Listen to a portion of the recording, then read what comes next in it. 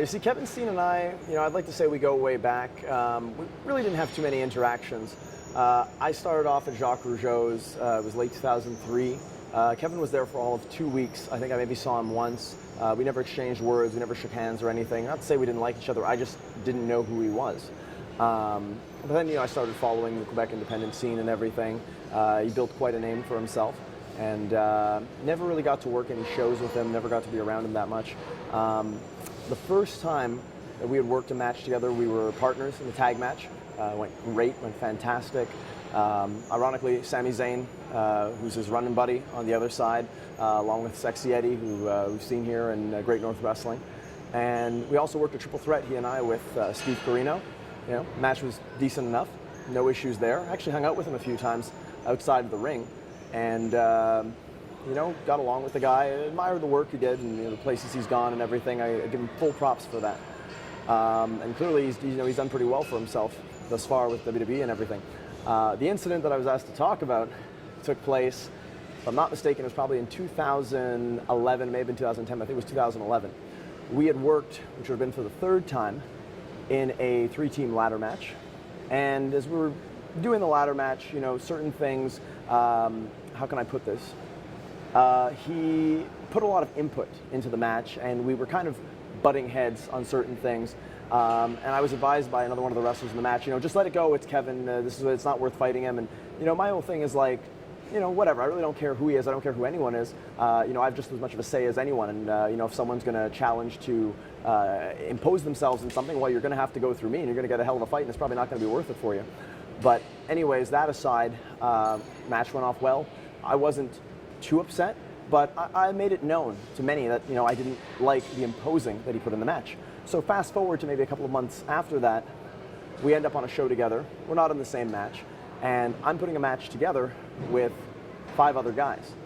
And his match had just finished, came outside where we were, and he started, more or less calling me out. He was like, oh yeah, the match was fine, but I'm sure Jeremy probably wouldn't have liked it. I don't think it was up to his standards, and really, really egging me on.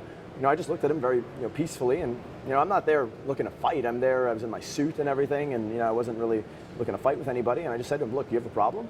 Very diplomatic, very much wanting to maintain the peace. And he's like, yeah, I do. I hear you've been saying a lot of bad things about me. Obviously, you didn't use those words. You used more colorful words that I don't use. But anyways, you can imagine what it was that he said. So I said, okay, you got a problem? Let's settle this. What's the problem? And he's like, I hear you've been saying things about me. I hear you're upset about the match that we had. You're running my name down. And I said, okay, you know what, Kevin? First things first. We're here. We're starting to get a bit of a crowd. How about you and I? We go aside. We talk about this like 2 men.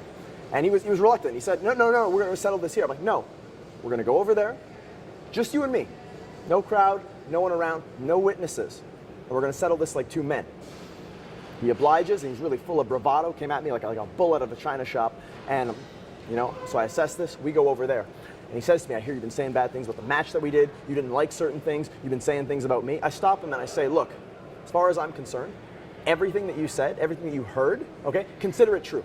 Consider it true, okay? As far as I'm concerned, I really don't care. I stand by what I said, and yeah, it is true. I didn't like that match. I didn't like the way you imposed yourself. I didn't like the way you were trying to do those kinds of things. And I'm making it known. And he says to me, well, why didn't you tell me this? Why didn't you tell me this before? And I said, well, look, when have I seen you since then? And legitimately, that was the first time I had seen him since we had done that match. And I said, I haven't seen you, but you know what? Here we are, face to face. So take this as me right now telling you to your face, whatever it is you heard is 100% true. We can either talk about this or we can fight right now. I really don't care. Right now, I'm upset. Now, at that point, I've seen Kevin in a lot of situations. We had one time in Valleyfield, Quebec. There was a friend of Kevin's in a match. Something went wrong, got dropped on his head, and Kevin stood up for him to a guy who's a real bad guy. I mean, this guy's been arrested, all kinds of reprehensible crimes, a real street thug. And Kevin got up in his face and backed the guy down. And every time I think of an incident with Kevin that I've seen, the people have always backed down. And I'm thinking, this guy is legit. I am in for a fight. I'm getting ready. I'm uncuffing my shirt that I have on. I'm thinking this is going to be a fight. I'm ready to fight this guy. And I'm thinking, what strategy am I going to use, everything, And then he says to me, what shocked me the most is he said, look, man, look, calm down, okay? Look, clearly you take this more seriously than I do. You know, I'm a father, I have kids, I do this for fun, okay? I just want you to know that I've heard too many stories about you for it not to be true, that you are this kind of a bad guy, this kind of a bad person and whatever. And I said to him, you know, Kevin, it's funny because a lot of times I get a lot of people that are telling me, I'm just like you when you were at your worst. The only difference is, and I mean this to this day, Kevin was given a lot more than me. Kevin didn't have as many detractors as I did. And, you know, people definitely change. I'll give the benefit of the doubt. But the fact is, I had to be the way I was. And I'm a very defensive person. And I'm very confrontational. And when push comes to shove, it doesn't bother me to get up in someone's face and settle this mano a mano, man to man, you know, fight to the finish, at least get the problem solved. Now, with Kevin, I said, you know, you've been given a lot. You didn't have to be that way, yet you chose to be that way. But in a lot of ways, you know, we are a lot alike. And this is why in this moment here, you know, if we have to settle this like men, I'm all for it. But I'm not going to compromise my integrity or backpedal or say, hey, you know, no, I didn't say that. I didn't say, no, I damn well said it. At that point, I think there was a mutual respect between us. But what shocked me the most is all these guys have backed down from him. I'm like, wow, like, am I the first guy to actually stand up and confront this guy, and now suddenly he's backing up? Surprising to say the least. To conclude this, I don't know if you're going to keep this in the interview or not, but I mean, to conclude this, Kevin and I never had an issue after that. Never got the chance to work with him after that. Would have loved to. I think that he and I could have done a lot of good business together between, you know, his wrestling and talking and what he brings to the table and what I bring to the table too. Unfortunately, never happened, never materialized. Who knows what the future may hold? Maybe he's going to see this video, you know, maybe once things wind down up north, maybe we'll be able to have that match and be able to settle the score. Who knows?